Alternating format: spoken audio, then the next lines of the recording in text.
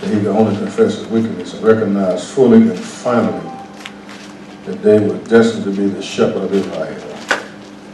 So far as can be determined, Saul became resigned to his fate and never again tried to interfere with the will of God for the kingdom and his next anointed leader. Again, this is the second time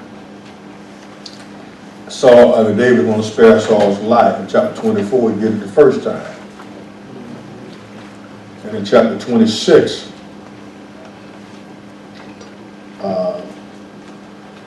David is going to get mad at Abner for not protecting the king.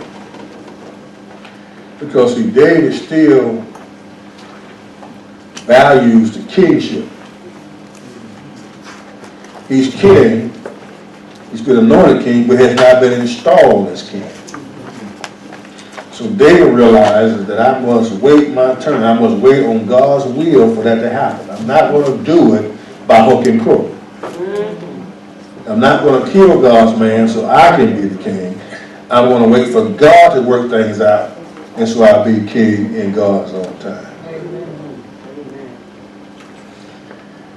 And so this is another test for David too. Okay. Verse 5, David arose and came to the place where Saul had camped. And David saw the place where Saul lay, and Abner, the son of Ner, the commander of his army, and Saul was lying in the circle of the camp, and the people were camped around. And notice that they're in a circle. And David answered and said to him, the Hittite, and to Abishai, the son of Zeruiah, Joab's brother, saying, who will go down with me to Saul in the camp? And Abishai, I'll go down with you. So David and Abishai came to the people by night, and behold, Saul was laying, sleeping inside the circle of the camp, with his spear jug in the ground at his head. And Abner and the people were lying around him. Then Abishai said to David, today God has delivered your enemy into your hand. Now therefore, please let me strike him with the spear to the ground with one stroke. I will not have to do the second time. I kill him with one blow. Wow. David said, do not destroy him. But who can stretch out his hand against the Lord's anointed and be without guilt? David said, as the Lord lives, surely the Lord will strike him, or his day will come that he dies, or he will go down in the battle and perish. But the Lord forbid that I should stretch out my hand against the Lord's anointed. But now please take the spirit at his head and the jug of water and let's go. Now David teaches the young man something too. Right? Amen. Respect the kingship. Amen. Even if you can't respect the man that holds it. Amen. As I said last time, respect the presidency even if you can't respect the man that holds the office. Amen. Because the presidency and the kingdom is higher than the person that holds the office. Amen. And so you're required by God's word to pray for your president. Amen. Even the ones you don't like. Amen. There's somebody to vote for that took office, but I prayed for them. That's right. Amen. Because I am, and they are God's man. Whether you like it or not, Trump is God's man. Amen. Amen. He wouldn't be president unless God put him there. All right. All right. Obama was president because he was God's man. Amen. Bush was president because he was God's man. Clinton all the way down. Kennedy all the way down. Because the Bible says that high authorities are ordained by God. Come on. Amen. No man or woman can come to the presidency unless God says so. So you're required as a believer to pray for those in leadership. Pray for your pastor, your supervisor. Amen. Amen. You get a lot more done by prayer. That's right. Okay? Amen. You don't like something, pray to God about it. Maybe God will change their heart. Amen. Because God works on the inside. And so David says to Abishai, forbid that I should stretch out my hand. I want what the Lord did with him. I ain't gonna touch him. But let's take his jug and his spear as evidence. So they took the jug and the spear and the jug of water from beside Saul's head, and they went away. But no one saw it, nor did it wait, for they were all asleep because of sound sleep from who? The Lord. From who? The Lord. The Lord was protecting David. David is God's man. And then David crossed the other side and stood at the top of the mountain and called out and called out to the people, Abner! Will you not answer me, Abner? And Abner answered and said, who are you who calls to the king? So David said to Abner, are you not a man? Who is like you in Israel? Why then have you not guarded your Lord the king? For one of the people came to destroy the king your Lord. And this thing that you have done is not good. As Lord lives, all of you must surely die, because you did not protect your Lord, the Lord's anointed. And now see what the king's spirit is, a jug of water is in his hand. Then Saul recognized David's voice and said, is this your voice? David said, it's my voice, my Lord the king. Notice he's still addressing him, my Lord the king. He also said, why then is my Lord pursuing his servant? What have I done? What evil was in my hand? Now therefore, please let my Lord the king listen to the words of the servant. If the Lord has stirred you up against me, let him accept an offering. But if his man cursed me, are they before the Lord? For they have driven me out today, that I should have no attachment with inheritance of the Lord, saying, go serve other gods. Now then, do not let my blood fall to the ground away from the presence of the Lord, for the king of Israel has come out to search for a single flea, just as one hunts for a partridge. And you searching for somebody who's not even trying to harm you. Then Saul said, I have sinned. Return my son David, for I will not harm you again, because my life was precious in your sight. Behold, I have played the fool. I committed a serious error. Now what's a serious error? He's trying to frustrate God's will, and you can't do it. He's trying to keep David from being king, because Saul wants Jonathan to be king. Samuel said, your kingdom has been taken away from you, Saul. And Saul said, no. It ain't going to happen. As you read all this story, you find out that whatever God decides to do, can't nobody frustrate it. You get frustrated trying to frustrate it. Yeah. Come on now. Can't do it. And David answered and said, behold, the spear of the king. Now let one of the young men come over and take it. And the Lord will repay each man for his righteousness and his faithfulness. For the Lord delivered you into my hand today. But I refuse to stretch out my hand against the Lord's anointed. All right. Wow. Now behold, as your life was highly valued in my sight this day, so may my life be highly valued in the sight of the Lord. And may he deliver me from all distress. And Saul said to David, blessed are you, my son David. And you will both accomplish much and surely prevail. So David went his way, and Saul returned to his place, never to meet again. It's sad when a king don't believe the word of God. The people wanted a king. God gave them what they wanted. He did everything he can to help the king be successful. But the king decided that he would go his own way, do his own thing, not realizing you can't be successful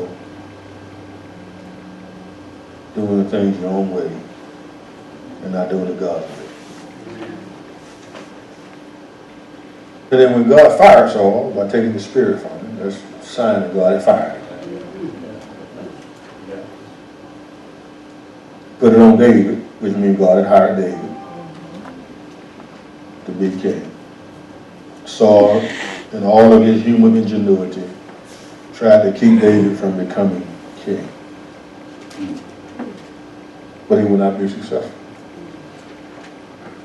Turn to Psalm 33.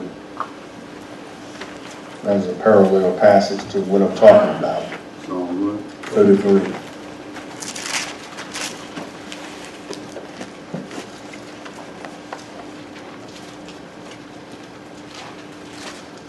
This is a good song. Verse 10, someone read that. The Lord bringeth the counsel of the heathen to the naught. He maketh the devices of the people of none effect. Someone else got another translation? Yeah. The Lord calls the plan of the nation to thwart the purposes of the people. All right, anybody else got another translation? The Lord frustrates the plans of the nation and thwarts all their schemes. What he's saying, no matter how much folk get together All right. and devise a plan against God's plan, Yes. their plans come to nothing. Amen. Right. Every night. That's why I can sleep at night. I won't be the pastor of the church as long as God won't be the pastor. Amen. Come on now. I ain't got to fight nobody staying in pastor of this shit. But I got to fight people for it. The Lord want me here, won't be here. If the Lord don't want me here, then I can do stay here. Come on now. Now, that's the same thing about your job. If God wants you on that job, you're going to be there. No matter how many folk come against you. Right? If God don't want you there, then you need to stay. Come on. Come on. Close it up. Because God knows how to throw people's plans into disarray. And it comes to absolutely just falls flat. Okay. David's going to be king. Saul now recognizes that. David's going to be king. He tried everything he could. He tried to interfere with God's will, but he was not successful. That's hope for you. Yes. It's hope for me. Amen. See, when you understand God's providence, which means God orchestrates, oversees events in life and in history to bring about whatever he wants to accomplish. He puts you with certain people. He places you in certain places. That's God orchestrating. Okay. Working things out. Puts a detour over here so you can take a left down here. Come on now. It fixes where your car break down at the stop sign. Then somebody come in to help you, and y'all get to talking. You get to tell them, well, I'm unemployed right now. I'm just, what kind of work you do? Well, I'm a computer programmer. Listen, I've been looking for somebody just like you. That's God orchestrating. Come on now. That's God putting you together. But he had to break your car down Come on to now. get you together. See, we overlook those things. We call them coincidences. There are no coincidences in God's universe. There's only providences. Come on now. I like that. Yes. Not coincidence. Ain't no luck in God's universe. Come on now. You were not lucky. Right. The Bible says the lot is cast in the lap, but every decision comes from the Lord. You know, you can roll, you can carry the lot. They're talking about the dice. The roll of the dice. You can roll the dice, but if God says you win, you win. If you don't, you lose. Come on now. The lost God said, I want you to win. Somebody had a hand up. I just wanted to share, I had worked for Aetna for 21 years, and when they left Macon, I had to find another job. Well, I was visiting one of my friends at the hospital, and I got to talking to another lady that was visiting her, found out that she was the assistant VP of the Human Resources at Mercer University. And I told her that, you know, I was unemployed, and she told me to come to Mercer, and that's how I got the job. Ended up being secretary to her husband. So God is good. Amen. And I worked for Mercer for 15 years, so I was able to retire from 2 places. Lord have mercy. Praise God. Because one of your daughters, And my daughter was able to go, my daughter was in Valdosta at the time, and when I started working at Mercer, your children would go to school free. Wow. So my husband told her to come home and go to Mercer, and she said, they don't have my major. He said, it don't matter, just come home and pick one. Yes. come on and pick one. Just come and pick one. And now she's assistant principal at the New School Veterans. So God is good. And I was able to graduate at age 60 from a university, All a right. private university. Amen. Free of charge. Free of charge. Daughter graduated free of charge. God is good. Yes, he is. That's called divine property. My husband went to Mercer for a little while.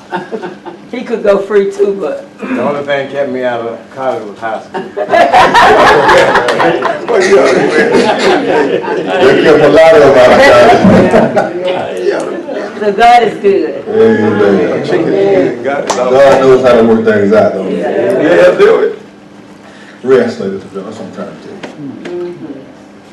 you. Don't let life frustrate you. Come on now.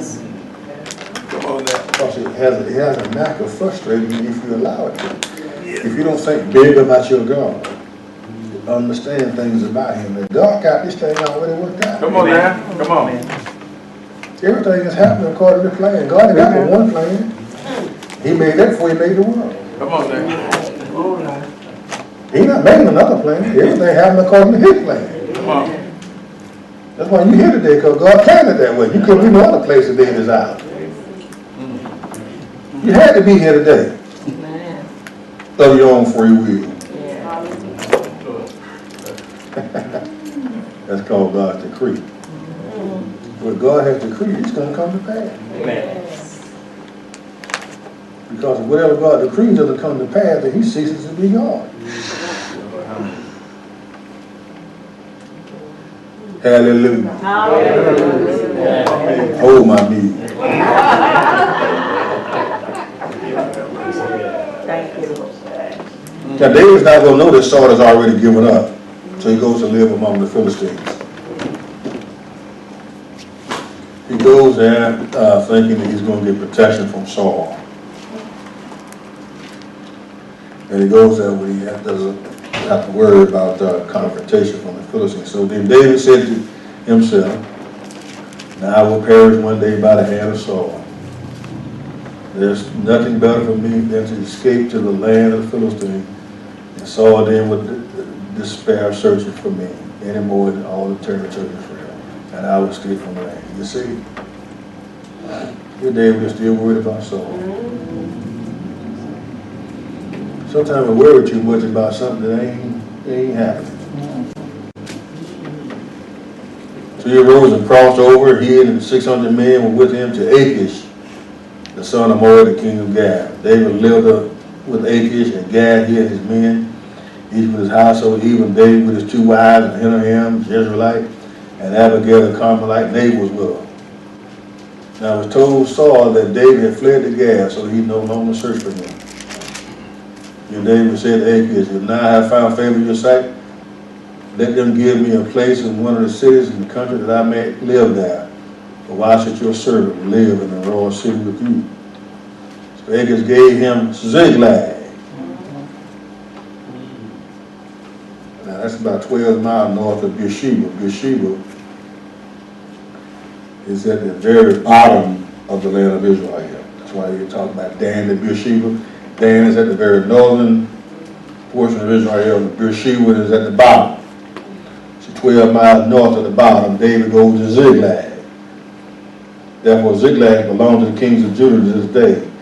And the number of days David lived in the country was 1 year and 4 months. And David and his men went up and raided the Gershites, the Gerzites, the Ashkelites from David, what happens in the land from ancient times. As you come to Shur, even as far as the land of Egypt, David attacked the land, did not leave a man or woman alive. He took away sheep, cattle, donkeys, camels, clothing, and he returned and came to Achish. Achish said, where have you made raid today? And David said, against the Negev of Judea, against the Negev of the Jezreelites, against the Negev of the Kenites. And David did not leave a man or woman alive to bring to Gad, saying, lest they should tell about us, saying, so has David done. So has been his practice all the time, and he's lived in the country of the Philistines. So Achish believed David, saying, he has surely made himself odious among the people of Israel. Therefore he will become my servant forever. But he don't realize David died now. Doing him harm. He just don't know David is raised on his own territory. So it came about in those days that the Philistines gathered their armed camps to war to fight against Israel. Achish said to David, know for surely that you will go out with me in the camp, you and your men. And David said to Achish, very well, you shall know what your servant can do. So Achish said to David, very well, I will make you my bodyguard for life. Now Samuel was dead. And all Israel lamented him and buried him in Ramah, his own city. And Saul removed from the land those who were mediums and spiritists. So the Philistines gathered together and came and camped in Shunem. Saul gathered all Israel together, they camped in Gilboa. When Saul saw the camp of the Philistines, he was afraid, his heart trembled greatly. And when Saul inquired of the Lord did not answer him, either by dream, by Urim, or prophet. God was through with it. Then Saul said to his servant, well, seek for me a woman who is a medium, that I may go and inquire of her. And his servant said to him, behold, there is one, the witch of Endor. Then Saul disguised himself by putting on other clothes. That's what we do. Took off his kingly clothes and put on some common clothes to fit in with the crowd. He and 2 men with him, they came to the woman by night and said, conjure up for me, please, and bring up for me whom I shall name. But the woman said to him, behold, you know what Saul has done, how he's cut off those in the medium of the spiritual land. Why are you there laying the snare of my life to bring about my death? She thought that he was spies, and spies were coming. So he reported to Saul, yeah, you got one left. And Saul vowed to her by the Lord, saying, as the Lord lived, there shall no punishment come upon you for this thing. And the woman said, whom shall I bring up? He said, bring up for me Samuel. When the woman saw Samuel, she cried with a loud voice, and the woman spoke to Samuel and said, why have you deceived me? For you are Saul. So the king said, do not be afraid. But what do you see? And the woman said to Saul, I see a divine being coming up out of the earth. He said to her, what is this form? He said, an old man wrapped up in a robe. Saul knew that it was Samuel. He bowed his face to the ground and did humble.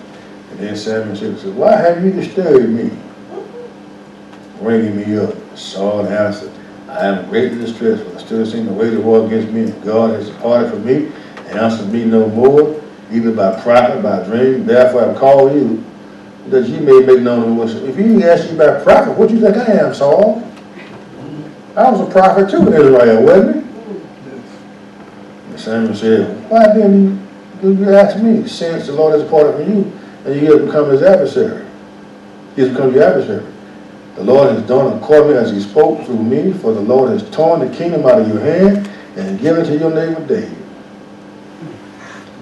And as you did not obey the Lord, tomorrow, you and Jonathan, all your descendants are going to be with me, dead. Then Saul immediately fell full length on the ground, was very afraid because the word was Samuel. Also, there was no strength in him. We had eaten no food all day and all night. And the woman came to Saul and saw that he was terrified. I said, behold, your maidservant has obeyed you. I have taken my life in my hand and have listened to your words whom you spoke. So now, please listen to the voice of your maidservant. And let me set a piece of bread before you that you may eat and have strength when you go on your way. But he refused. I will not eat. I have this woman's servant together with the woman, urged him, and he listened to them. So he arose from the ground, sat on the bed, and the woman had a fatted calf in the house. She quickly slaughtered it. She took food and meat, and baked unleavened bread from it, and she brought it before Saul and the servants. And they ate, and then they arose away that. Where did he come from? Hmm? Sunday asked, why did you spit me? As if he was cool out. So where did he come from? The Bible is about a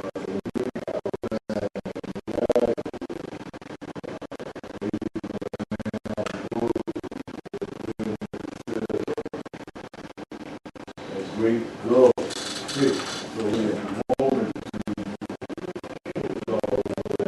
go,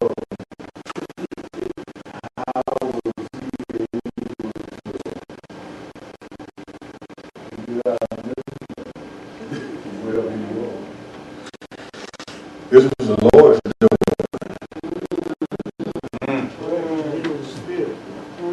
And, no, that's not a vision. This was Saturday. Spiritual witch.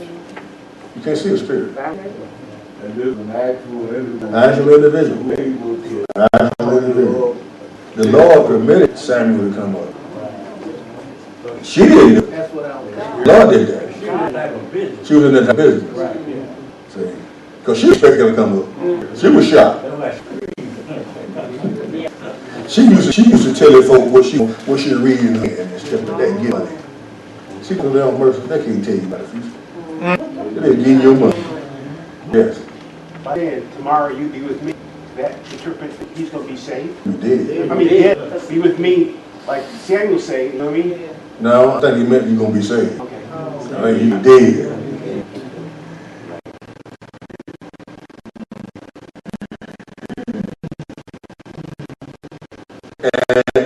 And guess what happened? They did. Because Christ said that the cross, you'll be with me. He's going to be dead, but he's going to be with But me. Christ also had caveat in paradise. The caveat there. Little information. Today you should be with me in paradise. You don't have that here. Yeah, you can be me. What did she do?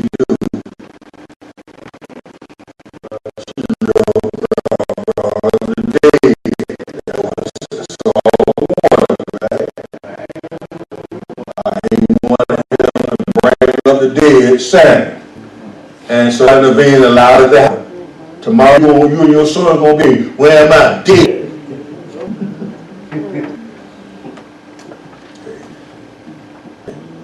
This was spirit.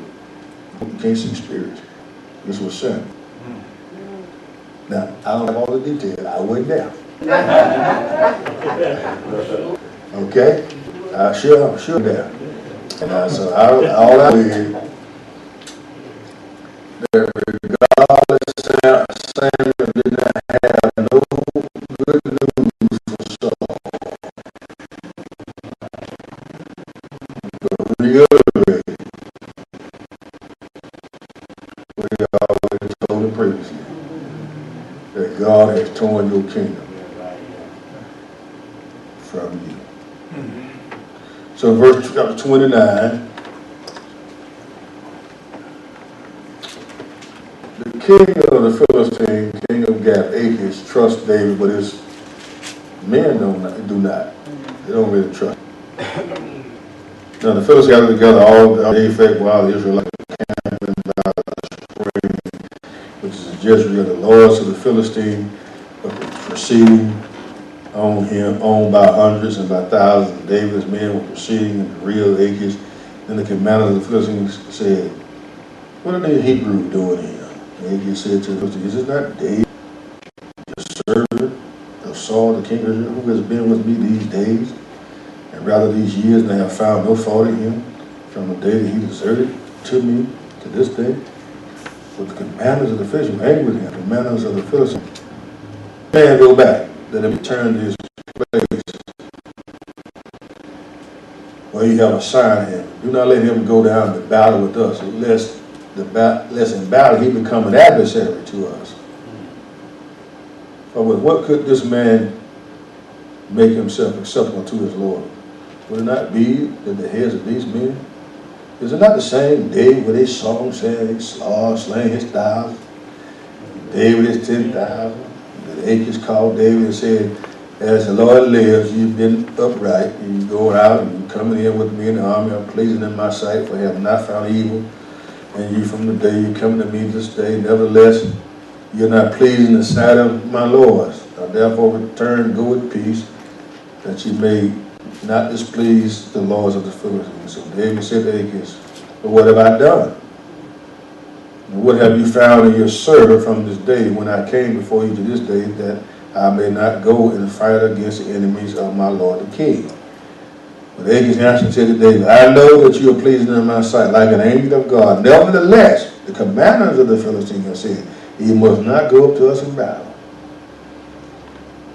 Now then arise early in the morning with the servants of your Lord, who will come with you. And as soon as you have risen early in the morning, depart. So David arose early, he and his men, to depart in the morning, to return to the land of the Philistines. And the Philistines went up to Jezreel. And it happened when David and his men came to Ziklag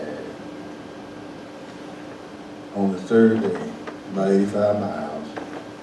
The Amalekites had made a raid on the Negev. Negev means south. And on Ziklag, which was 12 miles north of Beersheba, had overthrown it. And Ziklag burned with fire. And they took captive the women, all who were in it, both small and great, without killing anyone, and carried them off and went their way. When David and his men came to the city, behold, it was on fire, burning. The wives, the sons, and the daughters had been taken captive. Then David and the people with him lifted up their voices and wept until there was no strength in them to weep. I mean, they were crying. Now, David's two wives have been taken captive. Ahinoam, the Israelite, and Abigail, widow of Nabal, the Carmelite. Moreover, David was greatly distressed because the people spoke of stoning him. So all the people were bitter, each one because of the son of his daughter. David strengthened himself. Amen. And the Lord is God. Now watch this. David goes back with his men. The city has been raided, set on fire. Those men, David, 600 men, loyal men, been with David all these years, fought with him, cried with him, ate with him. Now their families are gone. David got wind that even they had turned on him. And it says, David was greatly Zarah. That's the Hebrew word there. Zarah. That's an interesting word in the Hebrew Bible. It means to be paralyzed. It means trying to put a body in a pair of jeans that's too small for it. Tight. To be cramped. It means to be in a tight spot. It means to be paralyzed when you can't move. Emotionally, David was motionless. faithful people. I'm talking about stoning people. But David knew where to go. Come on now.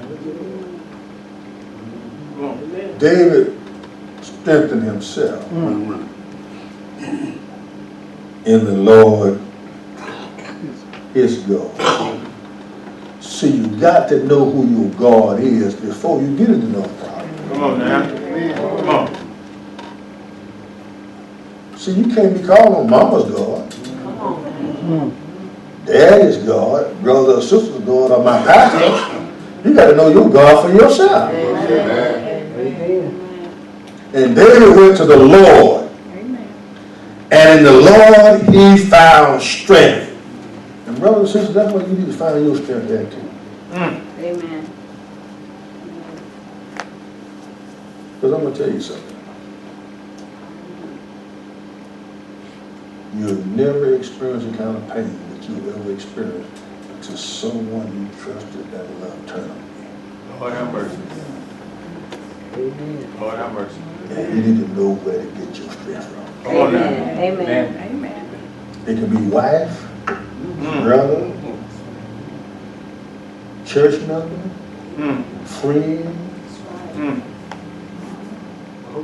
uncle, in-law, outlaw.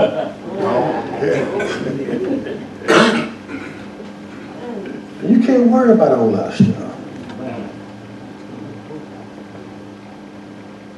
David knows where to get his strength from. That's what you got to go to, brothers and sisters. And the Lord your God. This verse has helped me in many occasions. I go back and read it.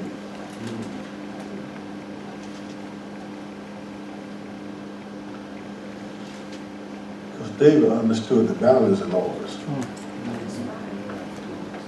He understood that God had said he was going to be the next king.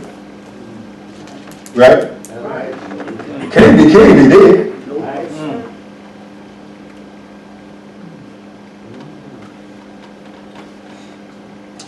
So what you got to do, brothers and sisters, you got to know the word so well. Because when the problems come, and they will, you know how to handle it. And not go to, this book has saved me on many occasions. It'll save me too. It'll keep you from staying up all night. Learn the word of God. Read the word of God. All of us gonna be put in a tight spot. I don't know when you're gonna be put in one. It might not be this. But you're gonna be in a tight spot. Come on now.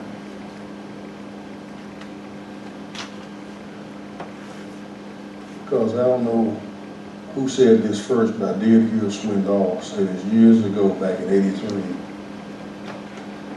I was a seminary and I was working for the seminary. And we were in the auditorium putting up some chairs for a lecture on campus. And I was listening to him on the radio. He said this way back in 1983. He said, I doubt if God can use any man or woman greatly until he has hurt him first. You're never going to be used greatly by God until God has first has to hurt you.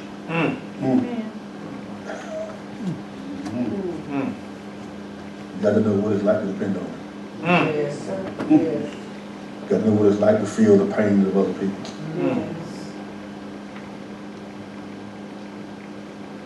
This word here, Zara,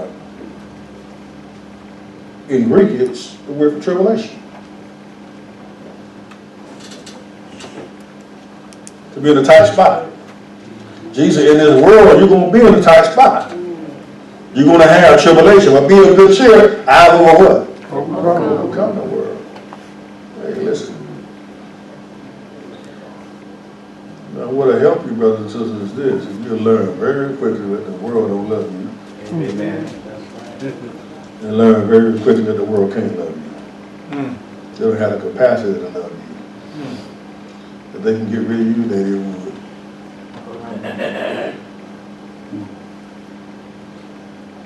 They would. They try to X out everything of Christianity, every vestige of Christianity in America today. They're trying their best to do it. And if they think you're narrow, I read with this guy, I think it's Chomsky, Noam Chomsky, I think it's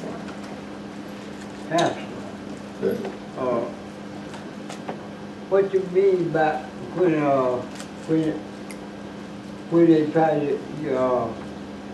when they try to get rid of it?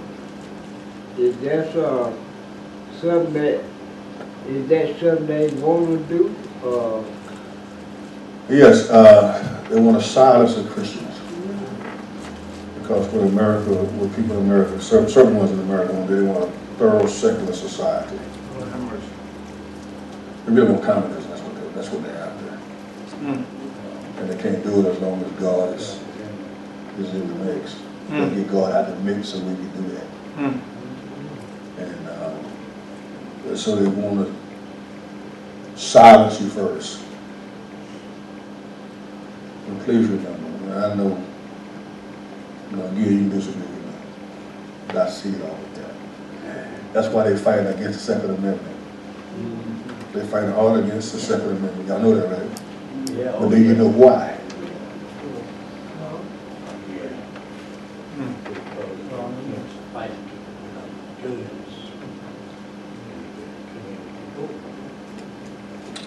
Yeah. But why are they fighting so hard against the Second Amendment? Why are they fighting so hard to get rid of the Second Amendment? You got no guns on the street, I got mine. So they can take the guns from the people. Yeah. Huh? So they can take the guns from Well, that's true. But why? They get ready for the race war. martial law. But why? Martial law. But why? They're afraid the government's gonna take over. No, that's not why. They want the government to take over. They do? Yeah, that's why they want to get rid of your government. But why? Why are they fighting so hard against the Second Amendment? Because they take the will of the people's away to defend themselves, then they can install anything or take anything their way, like the All of what y'all have said is true. religion to serve God. But here's the reason, and never forget you heard it from me. The reason why they're fighting hard to do away with the Second Amendment is they want to use the Second Amendment to get rid of the First Amendment. And the First Amendment gives you and me the freedom of religion and the freedom of speech so that we can communicate the word of God. Every communist country, listen very carefully, every communist country gets rid of the freedom of speech. And how did Hitler take over Germany? They didn't give it the guns. Pol Pot, China, Russia, the Bolshevik Revolution, disown the people, and they become your slaves. Yeah, they can't fight it. But the First Amendment is the goal of America. Because we fall upon the First Amendment, the preachers. Don't forget that's why they're doing this stuff. Don't fall for the okie doke that road. Don't fall for the okie doke.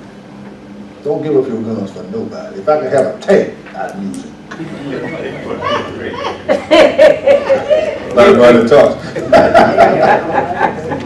Don't give up your guns. Because statistics show, and it's provable, more guns, less violence. Less guns, more violence. Chicago has the strongest gun laws in America, followed by New York and California, Baltimore. Detroit no longer has it. And they got more violence. Everybody got a gun. Well, a lot of guys got it illegally. What happened was, and you can Google it, I hope you do. Google Detroit sheriff asked people to arm themselves. That's right. The sheriff in Detroit told the people, take back your city, go and get yourself a weapon. And within 30 days, violent crime dropped 27%. Why? Because people don't know whether you carry or not. They're going to be thinking. Like these two guys I read about carjacked this lady, the older lady, she just going shopping. Yeah. They tried to carjack her. And they shot her. She was over the key. They shot her. And they know she was packing. She shot both of them. And all three of them wound up in the same hospital. And they lived. But the grandma had a reputation. Don't mess with grandma. See, if the First Amendment goes down, the freedom to preach the gospel goes with it.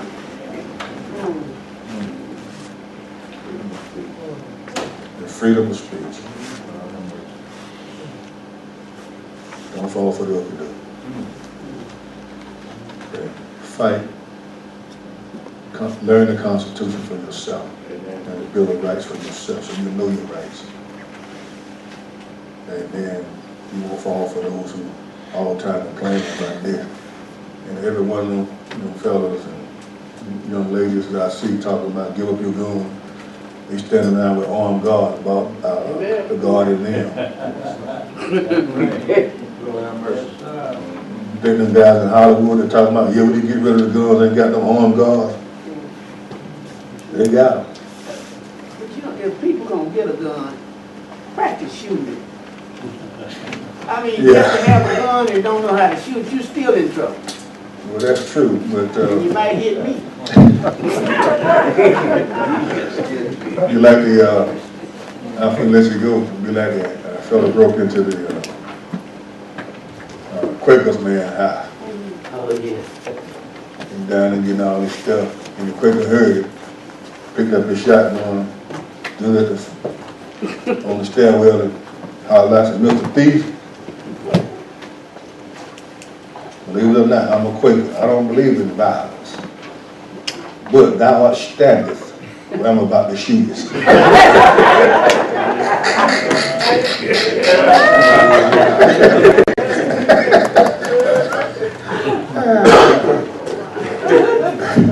Stay with the word of God. We'll see y'all next Thursday, the last day of class. Enjoy y'all. September 20th. Yeah. You got a long time. Yeah.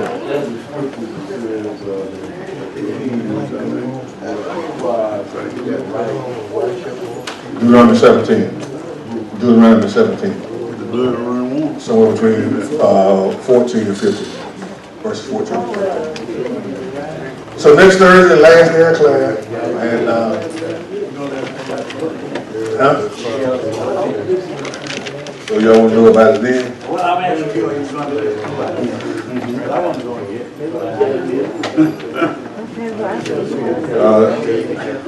I don't know. I'm still thinking right now. I got several of them. But I want to make sure that the book that I give you and go through with you